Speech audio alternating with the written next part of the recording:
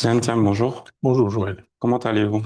Je vais bien, la santé est bonne, le moral est bon, même si je suis un peu attristé par les événements récents dans notre pays. Moment décisif, situation décisive en ce moment en Côte d'Ivoire. Hmm. Que pensez-vous de la situation actuelle?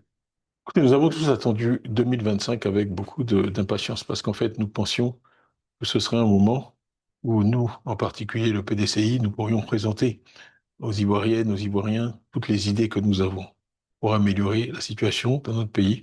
Et nous pensions que nous serions actuellement en plein débat d'idées qui s'affrontent.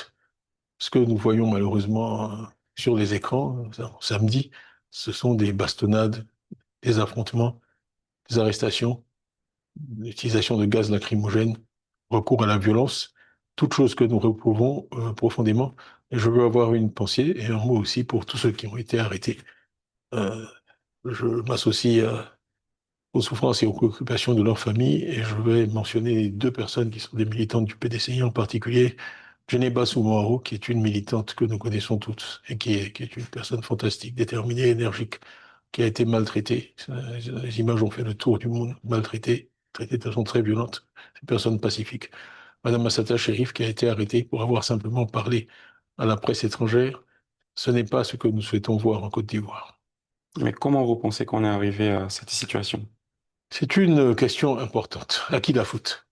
Moi, ce que j'observe, c'est que jusqu'ici, l'opposition avait organisé des manifestations de masse qui se sont déroulées dans les meilleures conditions, Mhm. notamment en juin, le 14 juin, et aussi le 9 août. Et je crois que tous avaient salué la modération, le contrôle des militants qui s'étaient déplacés ce jour-là. Donc tout s'était passé dans de très bonnes conditions. Pourquoi soudain un tel déclenchement de désordre? Je crois que il faut quand même trouver la cause dans l'interdiction qui a été faite. On essaie de se prémunir contre je ne sais quel danger Mhm. dans un pays où l'opposition s'est comportée de façon légaliste, responsable, calme. Mhm. Pourquoi créer un climat où on interdit aux uns et aux autres d'exercer une liberté fondamentale qui est la liberté de manifester pacifiquement?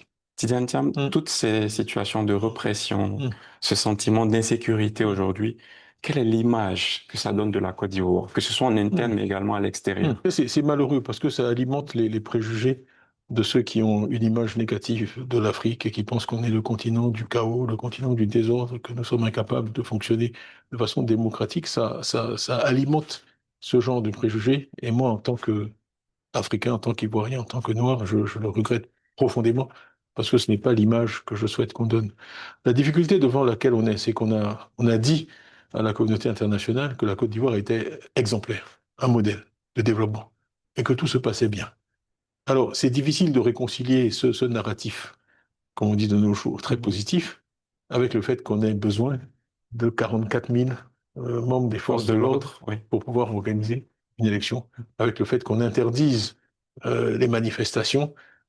Si on a si bien travaillé pendant 15 ans, et qu'on a si bien gouverné, et que effectivement on a 80% dans les élections législatives, on se demande pourquoi tout ce déploiement de force. C'est incompatible. Les deux choses ne peuvent pas être vraies en même temps. Mhm. À savoir qu'on a très bien travaillé, que la population est extrêmement satisfaite, mais qu'en même temps on a tellement peur qu'elle exprime ce qu'elle pense qu'on est obligé de la réprimer et de lui interdire de se manifester. Alors, vous parlez justement de contradiction, Mm. Tiam. Vous êtes aujourd'hui opposé au rassemblement des oufouettistes. On parle d'oufouettisme et d'un côté, on voit des brimades de la population. Ah oui. Même Qu'est-ce que si, tout ça même signifie? si les circonstances sont tristes, là, je peux pas m'empêcher de sourire vu la manière dont vous avez formulé votre question, parce que Mhm. le fouettisme, moi, je le cherche, je ne le vois pas. Le fouettisme, c'est le dialogue. Le fouettisme, c'est la paix. Le fouettisme, c'est la non-violence. Et si je peux paraphraser Houphouët lui-même, ce n'est pas un vain mot, ce qu'il disait de la paix. Le fouettisme, il ne se mesure pas dans les paroles. Le fouettisme, ce n'est pas d'aller s'incliner sur la tombe de feu le président Houphouët que nous respectons et que nous aimons tous. Le fouettisme, c'est par son comportement d'être fidèle à son héritage, son véritable héritage qui n'est pas Mhm. matériel mais qui est spirituel. C'est un message d'amour de son prochain, qui est un message qui n'est pas compatible avec les bastonnades, d'une violence extrême contre des gens qui n'ont en fait commis aucune action violente. Donc, je voudrais aussi rappeler que le président Houphouët-Boigny, on le sait, n'était pas favorable au multipartisme. Oui. Quand il y a eu des conférences nationales un peu partout en Afrique, les constitutions ont changé. La Côte d'Ivoire n'a pas dû changer sa Mm. constitution parce qu'elle a toujours eu le multipartisme dans sa constitution. Mais là où je veux en venir, c'est Mm. que le président Houphouët-Boigny a autorisé Laurent Gbagbo Comme à candidat se face à lui. présenter contre lui Mm. en 1990. C'est ça, être un garçon. En décidant ainsi de permettre à son opposant historique, Laurent Gbagbo, de se présenter contre lui, le président Houphouët-Boigny a donné un exemple de courage et d'amour de son pays. Plus près de nous, je peux aussi prendre l'exemple en fait, du président Laurent Gbagbo, qui est notre partenaire aujourd'hui avec le parti qu'il dirige, le PPACI, au sein du Front commun. En 2010, le président Laurent Gbagbo a autorisé M. Alassane Ouattara à se présenter à la présidence de la République contre lui. Ainsi d'ailleurs que son Excellence, M. Henri Konan Bédier, à qui nous rendons toujours hommage mérité, a pu se présenter contre lui. C'est donc ça aussi, pour parler encore de façon familière, c'est ça aussi être un garçon.